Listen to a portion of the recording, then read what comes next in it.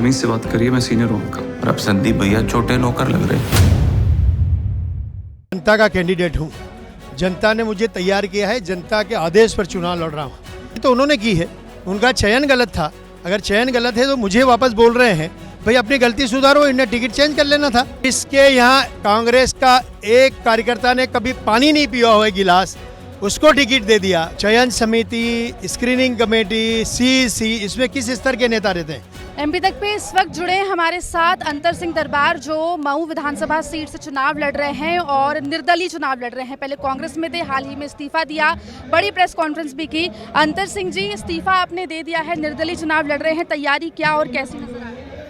पहली बात तो मैं जनता का कैंडिडेट हूँ, जनता ने मुझे तैयार किया है, जनता के आदेश पर चुनाव लड़ रहा हूँ। दूसरा रहा सवाल, वो मेरी नैतिक जिम्मेदारी थी कि जिस पार्टी का मैं इतने दिनों से कार्यकर्ता रहा हूँ, उनका विधायक भी रहा हूँ, तो मुझे चुनाव चिन्ह पहले प्राप्त होने से पहले मुझे इस्तीफा देना चाहिए था और वो मैंने दिया। बागियों को या जो पार्टी छोड़कर जा रहे हैं उनको मनाने की कांग्रेस पूरी कोशिश कर रही है, करती दिख रही है। क्या आपसे किसी ने बात? मुझे सब लोगों ने की, मध्य प्रदेश कांग्रेस कमेटी की चयन समिति से लगा के, तो स्क्रीनिंग कमेटी के मेंबर से लगा के, सीएसी के मेंबर ने मुझे संपर्क करा, पर गलती तो उन्होंने की है, उनका चयन गलत था। अगर चयन गलत है तो मुझे वापस बोल रहे हैं भाई अपनी गलती सुधारो, इन्हें टिकट चेंज कर लेना था। अपन गलती नहीं सुधार रहे हैं और मुझे समझा रहे हैं, तो ये कोई बात नहीं होती है ना। ये तो चोरी और सीनाचोरी हो गई। जिन प्रत्याशी को टिकट मिला है वो हाल ही में बीजेपी छोड़कर कांग्रेस में आए थे, क्या वजह लगती है? बता रहा हूँ, इतने साल से कार्यकर्ताओं को खुद प्रताड़ित कर रहा था, जिसके यहाँ कांग्रेस का एक कार्यकर्ता ने कभी पानी नहीं पिया हुआ गिलास, उसको टिकट दे दिया, तो कार्यकर्ता हजम करेंगे क्या? नहीं करेंगे। ये रिजल्ट बताएगा। और आप इनसे पूछो, जनता से पूछो कि चुनाव परिणाम क्या होगा। ये तो जनता के हाथ में है, जनता चुनाव लड़ा रही है। अब दिग्विजय सिंह, कमलनाथ दोनों लगातार जो है इस बात को लेकर सफाई पेश कर रहे हैं कि अब जो बगावत की जिन्होंने किया, जो निर्दलीय लड़ रहे हैं, उनको मनाने की कोशिश कर रहे हैं। उन दोनों में से किसी से आपकी बात हुई? मैंने पहले ही बोल दिया, मैं किसी का नाम नहीं लूँगा। चयन समिति, स्क्रीनिंग कमेटी, सीसी, इसमें किस स्तर के नेता रहते हैं?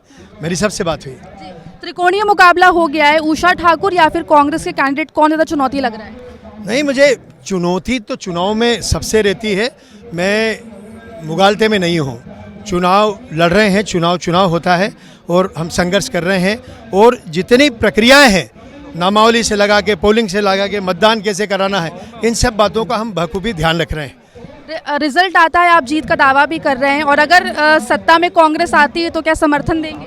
मैं अभी ये बात, जनता या कार्यकर्ता फैसला करेगा, मैं करने वाला नहीं हूँ।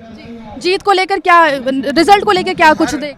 मैं जितने चुनाव लड़ रहा हूँ, एक विद्यार्थी जब परीक्षा देने जाता है तो वो हमेशा ये कहता है कि मैं सफल होऊंगा, और इसी फीलिंग के साथ हर व्यक्ति आगे बढ़ता है। मैं भी बढ़ रहा हूँ। ज़्यादा चुनौती कौन है, बीजेपी या कांग्रेस प्रत्याशी? चुनौती तो चुनौती है, छोटी बड़ी नहीं होती, चुनौती बराबर होती है। तो अंतर सिंह दरबार हमारे साथ एमपी तक पर जुड़े थे और जीत का दावा, हालांकि ये नहीं बताया कि अगर सत्ता में आगे जीतते हैं या कुछ होता है तो क्या किसको समर्थन देंगे, लेकिन फिलहाल तैयारी पूरी उनकी और जीत का दावा करते हुए अंतर सिंह दरबार यहाँ पर दिखाई दिए। इंदौर से कैमरा पर्सन दीक्षा के साथ एमपी तक के लिए आकांक्षु ठाकुर।